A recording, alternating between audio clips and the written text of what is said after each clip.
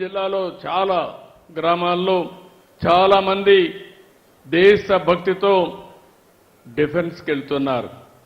మేము కూడా దేశాన్ని కాపాడాలి, నా వంతు బాధ్యతగా నేను కూడా దేశ సేవ చేయాలని చాలా మంది ముందుకొచ్చి యువకులైతే ఈ యొక్క రక్షణ శాఖలో చేరుతున్నారు. అందులో చేరిన వ్యక్తుల్లో మన తెలుగు బిడ్డ మురళీ నాయక్ ఈ జిల్లా వాసి.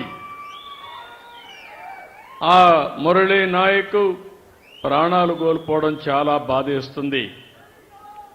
ఈరోజు మీరు చూసినప్పుడు జమ్మూ కాశ్మీర్ సరిహద్దుల్లో పాకిస్తాన్ జరిపిన కాల్పుల్లో మన ఉమ్మడి జిల్లాకు సంబంధించిన వ్యక్తి నిన్న చనిపోయారు.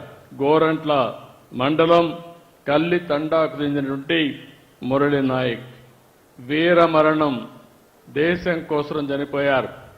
బాధేస్తుంది. వాళ్ళ తల్లిదండ్రులతో ఇప్పుడే నేను మాట్లాడాను. తల్లి వచ్చి జ్యోతిబాయ్, తండ్రి వచ్చి రామ్ నాయక్. వారికి నా ప్రగాఢ సానుభూతి తెలియజేస్తున్నా. ఈ రాష్ట్రం, ప్రభుత్వం, సమాజం మీకు అండగా ఉంటామని ఈ సభా సమావేశంలో హామీ ఇస్తున్నానని చెప్పి కూడా నేను మీకు తెలియజేసుకుంటున్నాను. 2 సంవత్సరాలు ఆర్మీలో ఉన్నాడు, ఎనలేని సేవలు అందించాడు. మనం అందరం ఒక విషయం గుర్తుపెట్టుకోవాలి.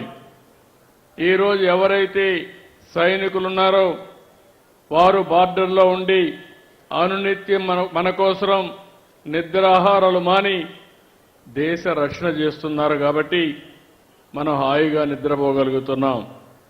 అలాంటి ఈరోజు మనం చూస్తా ఉంటే కొన్ని దేశాలు ప్రజాస్వామ్యంలో ప్రపంచంలో ఎక్కడ కూడా హింసకు తావు లేదు. అందరూ కూడా ప్రగతిలో పోటీ పడవలసిన అవసరం ఉంది.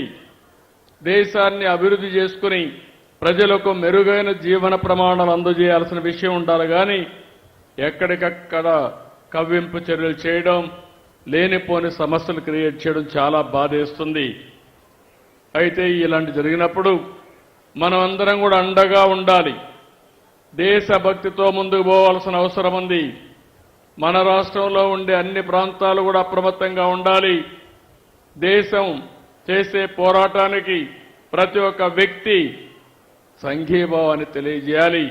అండగా ఉంటామని నినదించి చెప్పాల్సిన అవసరం ఉందని చెప్పి కూడా నేను మీకు తెలియజేస్తున్నాను. అందుకే ఇప్పుడే కేశవ్ గారు అన్నట్టు భారత్ మాతాకి అంటే గట్టిగా చేయని మనమందరం నినదించడమే కాకుండా అండగా ఉండాలని చెప్పి మరొకసారి కోరుతున్నా.